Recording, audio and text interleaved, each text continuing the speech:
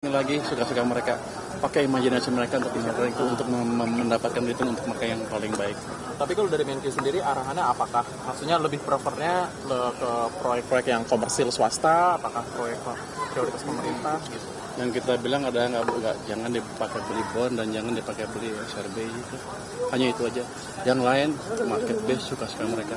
Pak Menkyu, kebijakan Bapak dikritik Pak Didik, itu gimana Pak? Pak Didik salah undang-undangnya. Salah Pak ya? Saya tadi ditelepon Pak Lambok, ahli undang-undang kan. Dia bilang sama saya, Pak Didik salah. Dan hal ini pernah dilakukan sebelumnya. Ini bukan perubahan anggaran, ini hanya uang kita dipindahkan saja. Nggak ada yang saya udah konsultasi juga dengan Pak Lambok dan ahli-ahli hukum di Kemenkyu. Dulu pernah dijalankan tahun 2008 bulan September 2021 bulan Mei, nggak ada masalah secara hukum. Jadi Pak Didi harus belajar lagi kelihatannya. Pak, kalau yang 200 triliun itu, tapi ini yang silpa Pak? Silpa apa SAL gitu Pak, yang berasal yang 200 triliun itu? Nggak ada urusan, pokoknya uang saya di bank saya geser, dari BI geser. Jadi Anda punya. Ini bukan dipinjemin, saya taruh aja, saya pindahin uangnya. Seperti Anda punya uang di bank A dan bank B, Anda pindahin uangnya dari bank B ke bank A. Uang Anda tetap kan, bentuknya sama ya, tabungan apa-apa. Jadi nggak masalah, cuma pindah aja. Cuman karakteristiknya beda. Kalau bank sentral nggak bisa diakses oleh perekonomian dan perbankan. Kalau di bank biasa bisa diakses dan bisa menjebak dan bisa memberi stimulus ke perekonomian. Itu utamanya. Jadi banyak yang salah mengerti. Seolah-olah saya memakai SAL untuk pembangunan atau uangnya saya ambil untuk pembangunan tertentu. Tidak. Saya hanya memaksa perbankan berpikir secara profesional. Jadi saya memaksa market mekanisme berjalan dengan memberi uang tambahan ke mereka. Jangan santai-santai aja jadi naruh uang di bank sentral, di obligasi, nggak ngapa-ngapain, enak banget. Jadi sekarang mereka mesti berpikir sesuai dengan fungsi mereka, yang fungsi untuk apa perbankan dibuat. Imbarannya siapa Pak yang pusing Pak? Katanya apa ya? Saya pikir semuanya pusing. Pak, kalau untuk stimulus anggarannya dari mana aja, berapa sih Pak? Untuk stimulus yang terakhir kemarin diluncurkan, anggarannya berapa dan berapa yang udah di... Saya pikir yang paling besar kan yang 7 triliunan kan, yang untuk apa tuh? Saya lupa, 7 triliun untuk beras yang 2 kilo. Itu akan kita kasih 20 kilo ya, 2 kali 10, 2 bulan kali 10 kilo. Itu kan kasih 2 bulan pertama. Nanti kalau masih kurang kita kasih lagi. Pak, quotes of the day dong Pak untuk anak muda yang soal keuangan. Nah, apa quotes of the day? Nggak, yang ada baru lagi sedikit. Tadi saya izin ke Pak Presiden bulan depan saya akan mulai beredar di kementerian-kementerian yang besar yang penyerapan anggarannya belum optimal. Kita akan coba lihat, kita akan bantu. Saya akan kasih waktu sampai akhir bulan Oktober. Kalau mereka kita perkirakan nggak bisa belanja sampai akhir tahun, kita ambil uangnya. Jadi potong lagi nih Pak, Kita sebarkan ke program-program yang langsung siap dan berdampak ke rakyat. Saya nggak mau uang nganggur. Pak sudah ditentukan kan dari kerugian apa Mas? Itu mulai ngomong gitu. Itu quote of the day apa? Quote of the day untuk anak muda Pak, untuk memulai bisnis atau memanage keuangan dong. Jadi kalau mau berinvestasi ya, di instrumen apapun, pelajari instrumen itu apa. Jangan ikut-ikutan orang, jangan FOMO fear of missing out. Pelajari instrumennya apa, mereka pasti berhasil.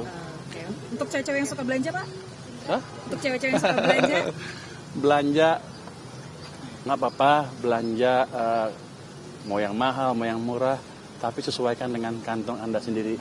Jangan ngutang. Pak, bayar Bapak, strategi Bapak itu dianggap sebagai, dibandingin sama pemain sepak bola tuh kayak strategi menyerang gitu Pak, dibandingkan dengan Bu Sri Mulyani yang ofensif. Defensif? Ya defensif, sorry. Saya nggak tahu, yang saya tahu beginilah cara menjalankan fiscal policy yang baik. Saya nggak pernah main bola juga, nggak jago. Mungkin kalau main saya ketinggalan terus, udah tua, nggak bisa. Tapi basically itu pada dasarnya itu. Ilmu fiskal yang wajar seperti ini. Ketika Anda punya, Anda sudah anggarkan, habisin. Kalau nggak berani ngabisin, jangan didesain, jangan direncanakan. Itu aja. Pak, itu yang memastikan biar nggak NPL gimana Pak? Gimana untuk memacu kredit biar nggak non-performing loan gimana Pak? Kan perbankan cukup pinter harusnya. Kalau mereka kasih pinjaman nggak hati-hati jadi NPL, ya harusnya mereka dipecat. Tapi Pak, masalahnya kan sekarang katanya demand-nya yang lagi rendah gitu. Demand kredit nih Pak. Kalau menurut Bapak gimana? Siapa bilang? Tahun 2000, Anda ada ekonomi yang bilang begitu kan? Dia mesti belajar lagi ekonomi. Sebelumnya memang Jadi begini, seperti apa Pak? tahun 2021 semua sama kan? Waktu itu kredit tumbuhnya rendah sekali. Semua orang bilang kita kredit nggak bisa tumbuh sebelum ekonominya membaik. Saya balik, saya injek uang ke sistem dengan cara tertentu ya. Saya kan bukan menteri, bukan gubernur bank sentral, tapi kita injek uang ke sistem pada waktu bulan Mei 2021 cukup signifikan. M0 tumbuh double digit dalam hampir waktu yang hampir bersamaan, kredit juga tumbuh. Teorinya begini, kalau Anda tiba-tiba ini berhubungan dengan opportunity cost of money. Kalau opportunity cost of money turun, bunga turun, uang ada dan uangnya ada misalnya, kan orang yang punya uang jadi nggak sayang belanja lagi. Kenapa? Loh, bunganya lebih kecil dari sebelumnya, gue habisin aja duit saya, kayak gitu. Sementara orang yang perusahaan yang mau ekspansi nggak takut lagi pinjam uang. Kenapa? Bunganya lebih dari sebelumnya. Ini kesempatan untuk berekspansi. Teorinya seperti di belakang layar, tapi empirisnya sudah kita perlihatkan di tahun 2021.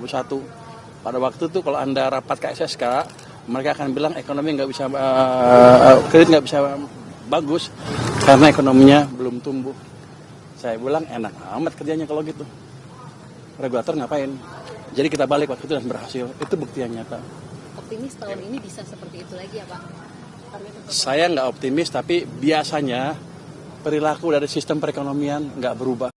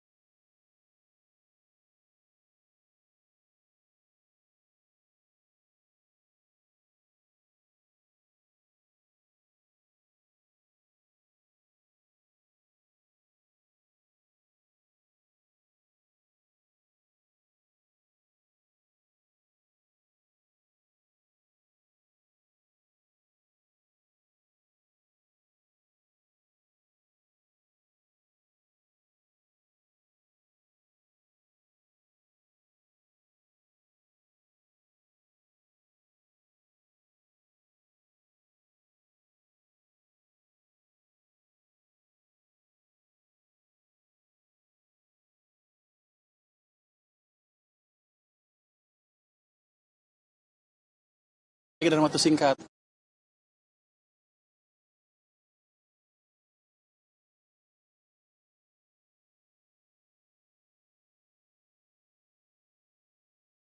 Mulai. Jadi untuk saya sih terlalu dini untuk merubah undang-undang P2SK. Tapi kalau emang ada nanti masukan, kita lihat bisa perlu dirubah apa enggak. Saya akan pelajari masukan yang masuk yang sampai ke saya. Nanti kan kita pelajari harus dirubah apa enggak. Tapi pandangan pribadi saya seperti itu. Jangan cepat-cepat ngubah peraturan. Di draft RUU-nya tuh ada yang Bank Indonesia harus ikut ke lapangan kerja segala macam itu Pak. Itu emang perlu kalau benar. Saya nggak tahu. Saya belum lihat. Pada saja gini. Kalau di Amerika kan 3. Stability, price stability, unemployment kan lapangan kerja dan growth kan. Mungkin kita mau ikut ke sana. Saya nggak tahu yang kemarin kan udah dirubah, belum masuk ya. Growth sudah sih Pak. Tapi kalau ini yang di Kan gini, kalau menurut ilmu moneter, kebijakan moneter tidak bisa melakukan semuanya. Biar aja dia fokus dengan langkah-langkah yang dia bisa kerjakan. Jadi mungkin boleh ditambah sedikit-sedikit fungsinya, tapi jangan harap kebijakan moneter adalah satu-satunya yang bisa memperbaiki ekonomi kita. Jadi harus ada koordinasi atau concert effort antara fiskal dan moneter. Oke. Iya, yang pertama ya. Hasil rapat yang tadi apa Pak? Enggak. Itu kan independen. BI kan independen. Anda jangan anggap pemerintah intervensi. BI itu independen, full independen. Pak, ini kan H-1 BI Red, Pak. Ya? Ini H-1 BI Red. Oh, besok rapat. Enggak ada ngomong, enggak ada penjara itu. Pak, di revisi UU PPS nggak ada terkait ini Pak. Kursi LPS terancam kosong itu Enggak, dalam waktu singkat akan diisi. siapa Pak? Enggak tahu. Pas.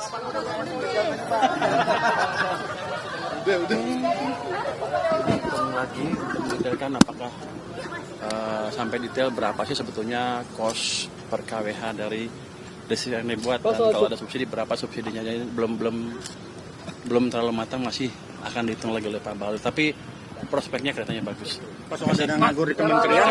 Pak definitif Pak penggantinya Pak. Besok Menteri Keuangan untuk rencana kerja lebih ke DPR Pak jadinya.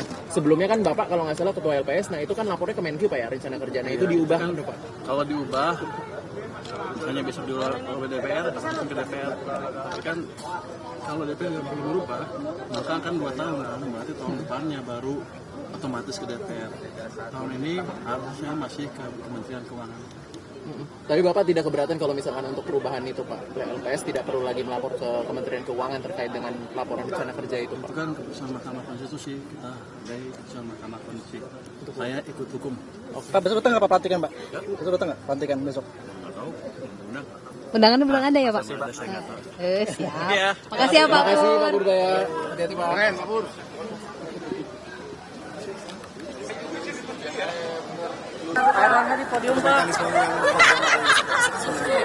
Mekanisme program magang sedang dimatangkan Mendiknas dan Menristek. Tapi salah satunya adalah mereka yang eligible adalah yang lulus maksimal 1 tahun. Sehingga bisa fresh graduate bisa ditangkap. Nanti mereka itu magangnya di perusahaan milik negara apa swasta nih Pak? Perusahaan semuanya bisa. Swasta atau milik negara. Dan akan ada kerjasama link and match antara perguruan tinggi dan perusahaan-perusahaan tersebut. Ini sudah bisa mulai berarti kuartal ketiga atau bulan Oktober itu Pak? Kita berharap di kuartal keempat ini sudah bisa mulai. Hanya di Jakarta aja beberapa daerah juga Pak? Seluruh Indonesia. Seluruh Indonesia. UMP-nya berarti disesuaikan dengan Sesuai dengan UMP daerah masing-masing. 6 bulan Pak digaji oleh pemerintah. 6 bulan. Ya, terima kasih. Terima kasih Pak. Ya. Tadi di perumahan apa? Terutama perumahan kan yang terkait dengan kur perumahan. Nah, nanti kita minta untuk oleh Menpera di launching. Nah, rencana launching nanti sesudah Bapak Presiden kembali. Ya, Pak kalau untuk impor BBM kan tadi tidak juga tidak ada pembahasan impor BBM. Soal kelangkaan? Tidak ada pembahasan. Oh, sah. Ya. Ya.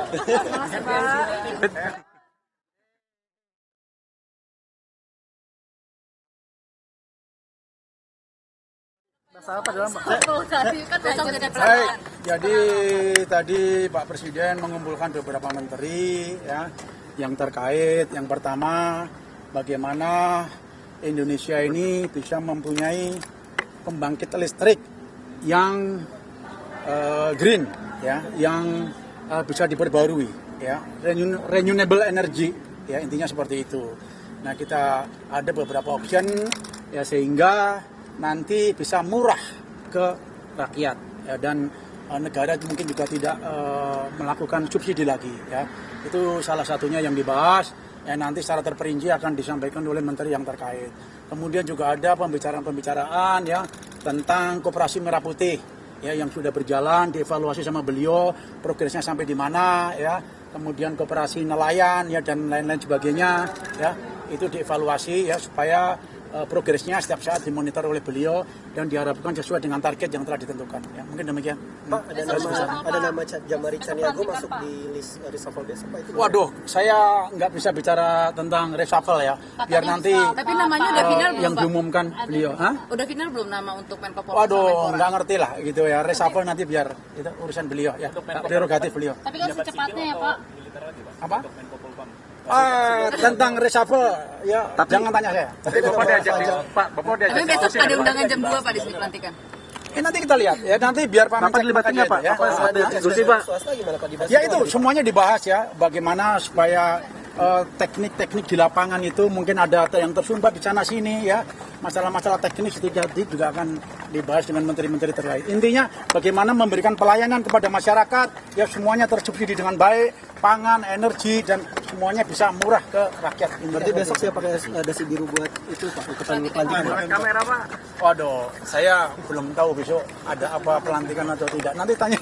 Tapi dasi biru Bapak diajak diskusi nggak Pak? dasi apa, Pak? Dasi biru, wah saya punya 5 dasi biru. Besok dipakai satu, Pak. Presiden memastikan secepatnya akan dilantik ya, karena udah seminggu kosong nih kursi Menpora sama Wah, Menko Polhukam. saya kurang tahu persis ya, namanya kan ad interim kan tidak ada batas waktu ya, mungkin bisa seminggu, 2 minggu, sebulan. Bapak, Tergantung kebutuhan. dilibatkan nggak, Pak? Diajak diskusi. Diskusi Pak. Diskusi ya. Ngobrolnya udah sejauh mana, Pak? Menko Polhukam sama Menpora Bapak ikut. Enggak, tadi saya tidak ikut diskusi tentang itu ya, itu hak prerogatif. Oh, tadi ada, Pak ya? Tadi ada, Pak. Udah ada berapa nama sih, Pak? Kandidatnya, Pak? Ada rapat. Ini tadi hanya bicara tentang itu energi ya, energi Koperasi Merah Putih, nelayan dan lain sebagainya lah ya. Belum finalnya, Pak, nama-nama calonnya, Pak? Dokumen capres cawapres, Pak. Apa? Keputusan KPU yang merahasiakan dokumen capres cawapres itu. Oh, tadi nggak dibahas juga. Kalau dari Pak khusus mengenai monopoli Pertamina bagaimana, Pak? Apa? Monopoli Pertamina, monopoli. Monopoli? Enggak ada monopoli ya, semuanya ini kan didistribusikan dengan sebaik-baiknya ya. Tinggal kalau ada masalah-masalah teknis di lapangan ya, semuanya dikoordinasikan dengan sebaik-baiknya. Kadang-kadang kan keputusan dengan implementasi di lapangan ini kan ya mungkin harus ada evaluasi ya yang di bawah. Dibahas dalam Pak? Dibahas dalam Pak mengenai SP Bonan? Nanti akan disampaikan oleh Pak Kapolri. Kan Pak Kapolri ada juga. Ya. Oke ya. Dibahas bersama Kapolri, Pak, tim reformasi. Bapak kalau ad interim itu nggak ada batas waktu berarti nggak secepatnya dong? Yo dilantik? ya tergantung kebutuhan kan dan Pak Presiden kan untuk mendapatkan calon yang tepat putra terbaik bangsa kan. Sampai kapan ini Ya, ad interimnya? kita tunggu aja. Sebulan, 2 bulan? Masih banyak, Pak, calonnya, Pak, dipertimbangkan ini, Pak. Profesional, Pak. Diisi oleh orang politik atau profesional? Oh, pasti orang TNI yang Purnawirawan ya Pak? kompeten lah. Oke, terima Terima kasih Pak. Apa putra terbaik? Apa putra terbaik, Pak ya? Pak Firman bentar lagi masuk mobil.